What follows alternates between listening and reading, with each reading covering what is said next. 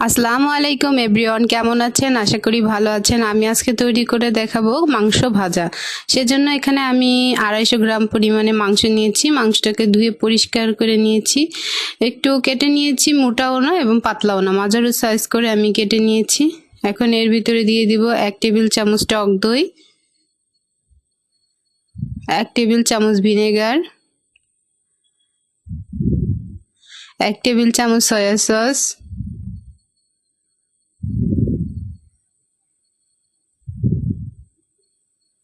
1/2 table চামচ ধনিয়া গুঁড়া,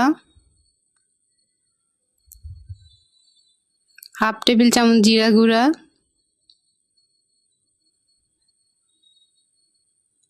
এবং 1/2 টিস্পুন এলাচ গুঁড়া।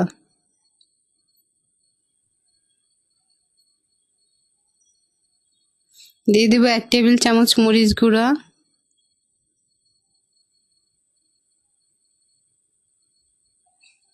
1/2 টেবিল চামচ রসুন বাটা,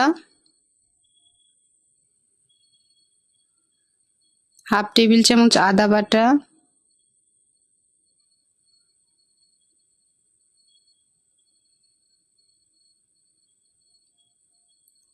1/2 টেবিল চামচ লবণ,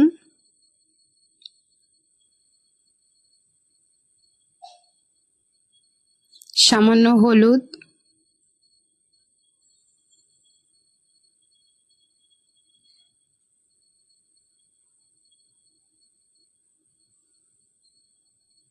দিয়ে দিব 2 টেবিল চামচ সরিষার তেল,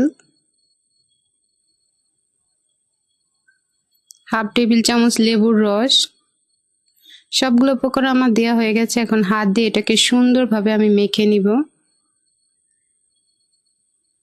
যাতে সবগুলো মশলা মাংসের সাথে ভালো মতো মাখানো হয়ে যায়। সুন্দরভাবে আমি এটাকে মেখে নিয়েছি এবং এটাকে এভাবে ম্যারিনেট করে আমি এটাকে প্রায় 8 ঘন্টার জন্য নর্মাল টেম্পারেচার একটু ঢাকনা দিয়ে ঢেকে নর্মাল ফ্রিজে রেখে দিব।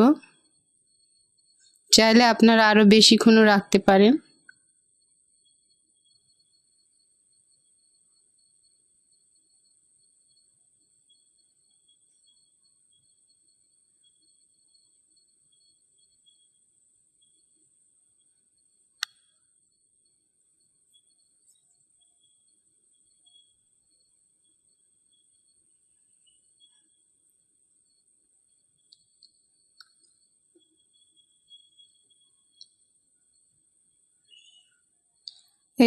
আমি প্রায় 8 ঘন্টা পরে এভাবে একটা ঢাকনাযুক্ত বক্সে করে রেখে দিয়েছিলাম 8 ঘন্টার জন্য। 8 ঘন্টা পরে বের করেছি। মাংসটা কিন্তু আমার পুরো মশলাটা ঢুকে গিয়েছে এটার ভিতরে। এখন এগুলোকে আমি ভেজে নিব। এখানে আমি তেল দিয়ে দিয়েছি 2 টেবিল চামচ সরিষার তেল। তেলটা গরম হয়ে গিয়েছিল। আমি এখন এর ভিতরে মাংসগুলো দিয়ে দিব একটা একটা করে। আমি সবগুলো মাংস একসঙ্গেই ভেজে নিব, কিন্তু একবারে দিব না, অল্প অল্প করে দিয়ে এটাকে ভেজে নিব। আপনারা যদি চান তাহলে একবারে দিয়ে ভেজে নিতে পারেন।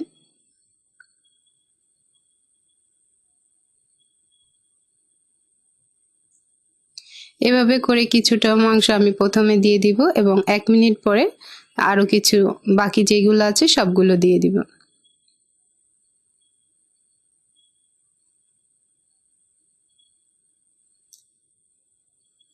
দেখুন একটা সাইড কিন্তু আমার থেকে মশলা বের হয়ে গেছে। প্রথমে যখন আপনি এটাকে ভাজবেন সব মশলাগুলো তেলের ভিতরে কিন্তু বের হয়ে যাবে, তাতে ঘাবড়ে যাওয়ার কিছু নেই। পরে কিছুক্ষণ পরে যখন মশলাগুলো ভাজা হয়ে যাবে তখন সেগুলো কিন্তু মাংসের সঙ্গে আবার লেগে যাবে।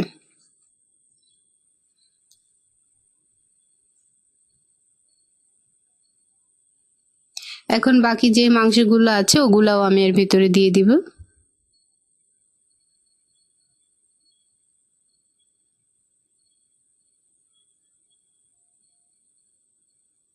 দেখুন সবগুলো দিয়ে দিয়েছি। এখন আমি এগুলোকে কিছু সময়ের জন্য এভাবে করে ভেজে নিব।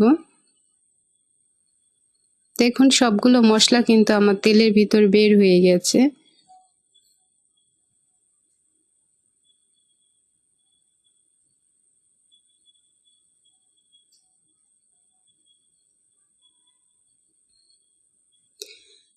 এখন আবার দেখুন সবগুলো মশলা কিন্তু আবার মাংসের সঙ্গে লেগে গিয়েছে। এভাবে করে আমি মাংসগুলোকে কিছুক্ষণ ভেজে নিব। দেখুন আমার মাংসের কালারটাও কিন্তু সুন্দর চলে আসছে।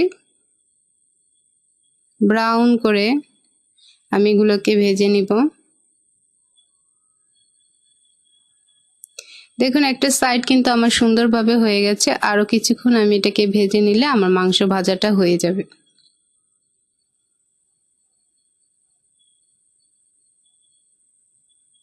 একটু খেয়াল রাখতে হবে যাতে মাংসগুলো পুড়ে না যায় এবং কালো না হয়ে যায়, তাহলে কিন্তু খেতে অতটা স্বাদ লাগবে না, একটু তিতো তিতো হয়ে যাবে।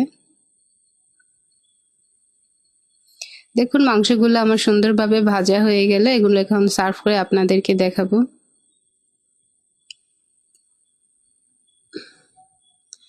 দেখুন তৈরি হয়ে গেল মজাদার মাংস ভাজা।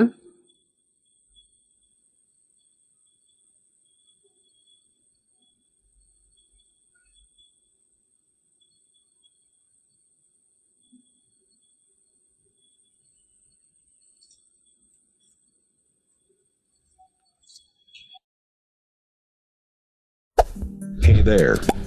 Subscribe to my channel. And also press this bell icon.